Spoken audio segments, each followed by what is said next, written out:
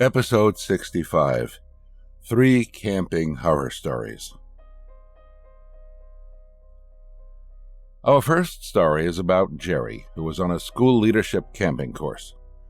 Jerry was one of the selected students for the course, and he was proud as he had worked hard, not only to get good test results, but maintained a high level of discipline to be selected.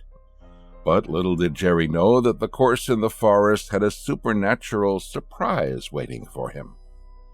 So as Jerry remembered, it was the final night of missions and the team had to find their way in the dark through a large forested area. After the briefing was done by their instructor, Kent, who was the leader for the mission, said to the group, "Okay, we'll move in one row so we won't go missing in the dark. And every 10 minutes, we're going to do a head count so that we know that everyone's still around." Jerry then replied, "All right, man, how do you want to position us?" Kent then said, "Okay, we'll stick to the same formation as last night. The only difference is Jerry will be right at the back. So just help me keep the group tight. All right, Jerry?" "Sure, man, no problem," said Jerry. So the team began to set off, and as soon as they entered the forest, they could barely see anything. No torchlights, just the moonlight for the students to merely see the silhouettes of their surroundings. About 20 minutes into their walk, Kent then whispered, "Okay, guys, let's stop for a second and do a head count." The team stopped and Kent said, "1." The team members then called out in ascending numbers, 1 at a time. 2, followed by 3, and so on. Jerry, who was at the end of the row of 8 people, called out his number, 8. After a brief silence, someone else suddenly whispered the number 9. The group heard the number being called out, but everyone knew there wasn't a 9th person in the row. Kent then said, "Okay, who was that? Stop fooling around. We need to do the head count properly. Let's do the head count again." Jerry turned to his back and saw no silhouettes behind him, nor hear footsteps, but he was sure the voice came from behind. Ken then said again, 1. The counting continued, and when it was Jerry's turn, he said, 8, as he did earlier. Again, after a brief silence, from behind Jerry, someone whispered, 9. Kent then said, "Okay, Jerry, is that you?" It sounded like it came from the back. Another teammate then said, "But it doesn't sound like Jerry. In fact, it doesn't sound like any one of us." Jerry then said, "I swear it wasn't me. I think we should just carry on and just finish up this mission." Wanting to just ignore the confusion and continue with the mission, the team just continued walking and did head counts very briefly after that. And to their relief, there was never again someone else counting 9. And once they had completed their mission and were back at their campsite, Jerry shared that he clearly heard 9 whispered from behind him but saw no one. There and then, everyone knew what it was. Everyone knew they had crossed paths with the supernatural, possibly lingering, or possibly their home that the team had ran into that night. It was a story that they shared with many of their peers when they got back in school, as a camp story that they will always remember as their encounter with a 9th team member.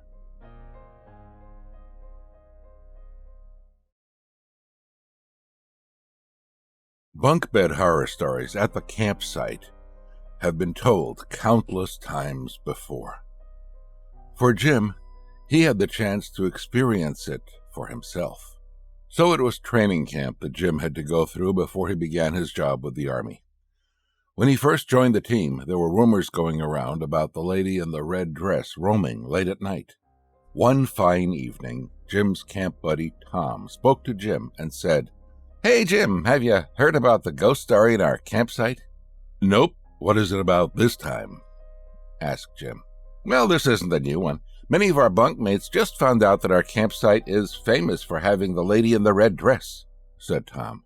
Jim then asked, "It must be just another one of those ghost stories to scare trainees like us." "You could be right, or it could be true that the lady roams our campsite at night. I heard that she'll walk across the corridor outside our rooms," explained Tom. Jim just brushed off what Tom had said and replied, "Sure, man."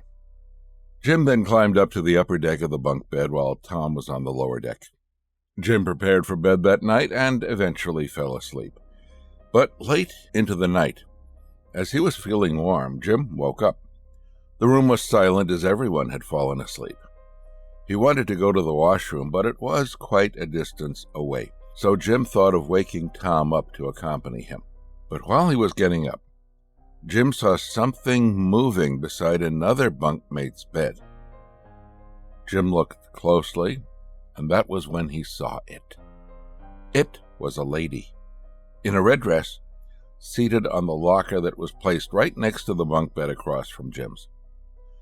The lady sat and faced Jim with her head looking down and long black hair covering her face. Jim froze. Never had he experienced such fear in his life before, and never could he comprehend why he was feeling that way. Jim couldn't scream or say anything. All Jim could do was lie back down sideways, slowly closed his eyes while still trembling in fear. Jim thought to himself, "Please fall asleep, Jim. Please fall asleep."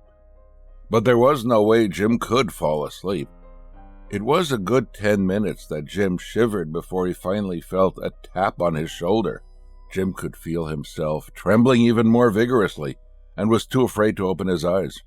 That was until he heard a voice said, "Hey, Jim, why are you shivering so much? Wake up, man, it's me, Tom." Jim could feel his fears fade away as he opened his eyes. It was indeed Tom. Tom then said, "Why are you trembling so much? It's not even that cold. You look like you saw a ghost. Accompany me to the washroom, will you? Just a quick one, I promise." Jim was relieved. He got up and followed Tom to the washroom, and since then, Jim never saw the lady in the red dress again. It was only the following morning that Jim told Tom what he had seen, and from then on, Jim never turned to look around if he woke up in the middle of the night.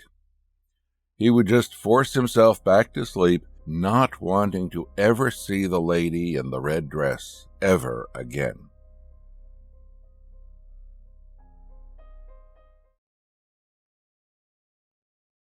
This is another camp washroom story, which makes us doubt the person we go to the washroom with at night. It was a post-exam camp trip for a group of students, including Ian, and the students slept in two-person tents in a row of tents in the open campsite.